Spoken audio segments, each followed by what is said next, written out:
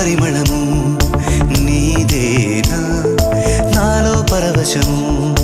నిజమేనా బొండు మల్లి పువ్వు కన్నా తేలికగు నీ సోకు